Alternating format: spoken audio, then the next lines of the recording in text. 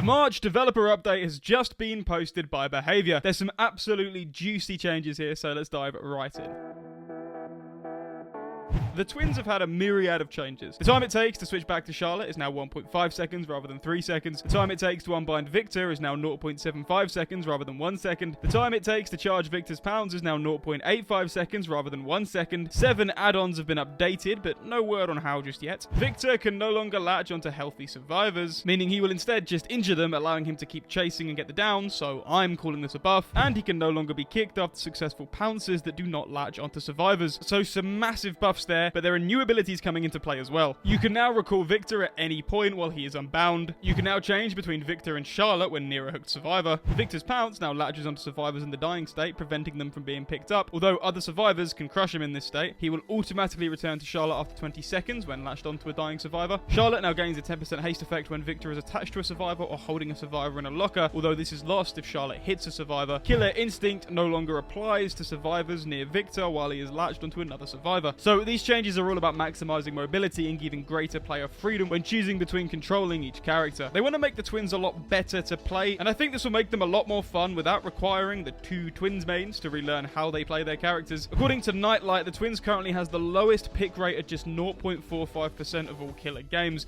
despite having a fairly average kill rate of 57.99%. If anything, this shows to me that they just aren't very fun to play as, even if players often manage to get kills. So focusing on fun is definitely the right move, and this is a welcome set of changes. There are some small quality of life changes to the twins that I guess count as nerfs, but I probably wouldn't label them as such since they're about improving accessibility. Victor will now glow red when he is vulnerable to being crushed, and the visual terror radius setting will now include his grunts. That second one is quite significant as he was relatively stealthy before, but I don't think that was his intended design, so it's fine in my opinion. The Blight has had a single change. His collision detection has been improved to reduce cases where he slides off of objects. It's so frustrating sliding off of objects you expected to bounce off of as Blight, so this is awesome. This is really good. Haddonfield has had a medium rework. The layout is reduced in size, the length of hedges and fences has been reduced to create more openings. Various houses have had their layouts changed to reduce the strength of strong loops. There are fewer houses in the map now, with the only houses remaining being those that can be entered. There are now pallets and lockers along the edge of the map. There are more pallet loops in the street itself, and those loops have been adjusted. There's really no way of giving an opinion on a map rework until we can see it in action, so for now, I'm just going to say that everything here seems sensible. It's not a great map to play on at the minute in either role, and hopefully this goes some way to fixing that issue. Decisive Strike stun duration is now 5 seconds rather than 3 seconds, and they've added a stabbing animation when it's used successfully. Adrenaline no longer reactivates if you're hooked when the gates are powered. Its speed boost duration is now 3 seconds rather than 5 seconds, and it no longer causes you to wake up against the nightmare. You guys are going to fight about those two perk changes in the comments, so I'm not going to make any substantial comments myself. Personally, I've never got on with DS, so I don't take it, so I don't really care about its changes. And although Adrenaline is a staple perk in my Survivor build, I typically use it to save time on healing when the last gen is close to completion, or to prolong an endgame chase so the other survivors can get that gen done. It'll still be usable pretty much exactly as the same in those two circumstances. I don't think it ever should have given health states back to hook survivors either, so I'm cool with that, but go on, you guys have a fight about these changes. Ultimate Weapon now reveals survivor auras instead of causing them to scream. The activation time is now 15 seconds rather than 30 seconds, and the cooldown is now 60 seconds rather than 30 seconds. So a mix of buffs and nerfs there. Removing the scream will of course prevent survivors from being aware that you have it, but the cooldown increase and effective use time is a big nerf. It also will no longer interrupt survivor actions.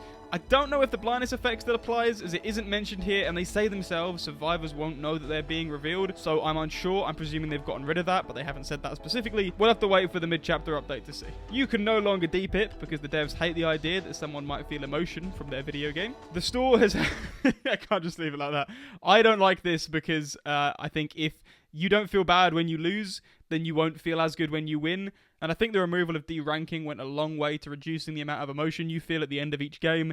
I think this is going to take that a little bit further. So I'm personally not a fan of this, but that's probably just me. I went really sort of cocky there. Personally not a fan of this. The store has had a major visual overhaul, and this includes a free weekly gift. Here's a look at the redesign.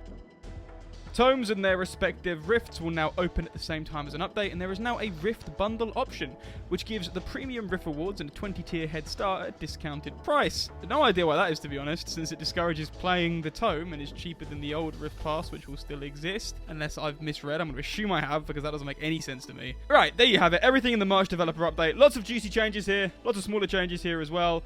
just general improvements across the board. I think this is a good, safe, sensible update, especially to Adrenaline and Decisive Strike. What do you guys think? Let me know in the comments. As always, a big thank you to my patrons, Nova Keck, Lilith Alucard, Channel Manager, Chipstar878, Nova, Halsey, Chipstar878 again, and Memeblord. Thank you for watching, and I'll see you in the next one.